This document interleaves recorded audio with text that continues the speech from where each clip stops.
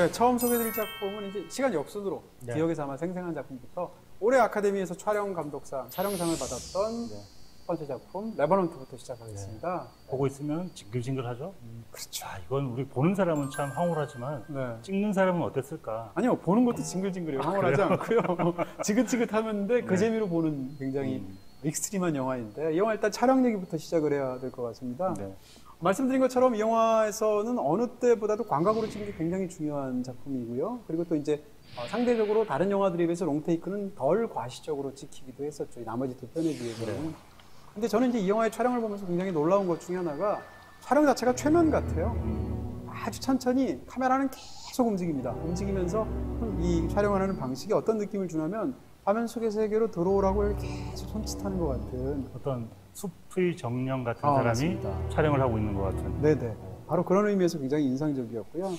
그 다음에 이제 또 하나 인상적인 것은 이 영화에서는 로우 앵글을 썼다는 거예요. 로우 앵글이라고 한다면 기준은 인간의 눈높이입니다. 네. 눈높이에서 찍은 것이 가장 편안하다고 보기 때문에. 근데 그거보다 좀 낮으면 로우 앵글인데 이 영화는 로우 앵글로 굉장히 많이 찍었어요. 그래서 어떤 효과가 생기게 되냐면 로우 앵글로 찍으면 인물들이 겪는 그 모든 일들을 밑에서 위로 올려보는 방식으로 찍기 때문에 사실은 이 영화 속에서 벌어지는 이 모든 일 중에서 특히 휴 글래스라는 디카프리오가 연기한 인물이 얼마나 위태롭게 생존을 이어가는가라는 걸 보여준다는 거죠. 지면으로부터 떨어뜨림으로 인해서.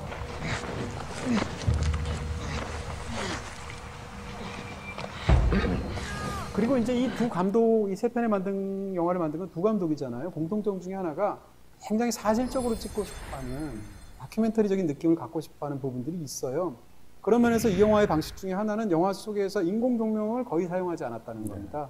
그래서 자연광, 햇빛, 아니면 19세기에 실제로 썼던 등잔불 같은 그런 기본 불빛만으로 영화를 찍었어요. 그러니까 현장에서 사실 얼마나 어려웠겠어요.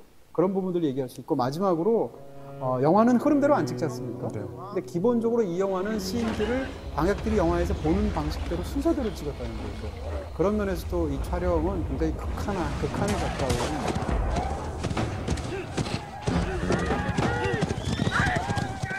저는 궁금한 게 네.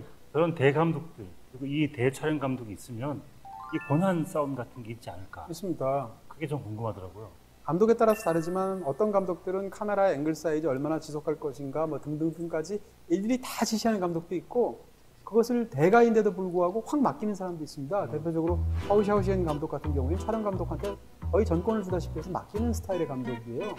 근데 경우가 다르게 아닐 것 같은 홍상수 감독 같은 사람은 또 달리 일일이 지정해주는 스타일의 감독이거든요. 이런 식으로 감독마다 다르다라고 얘기할 수는 있는데 기본적으로 루베스키 감독이 10대 시절부터 절친했던 친구 중에 한 명이 바로 그래비티를 찍은 알폰소 쿠아론이에요. 그래서 두 사람의 친분도 그렇고 그 다음에 두 사람의 오랜 협업, 두 사람이 무려 영화를 6편을 같이 찍었거든요. 그런 면에서 본다면 아마 굉장히 긴밀하게 촬영 감독의 권한도 굉장히 클 것 같다.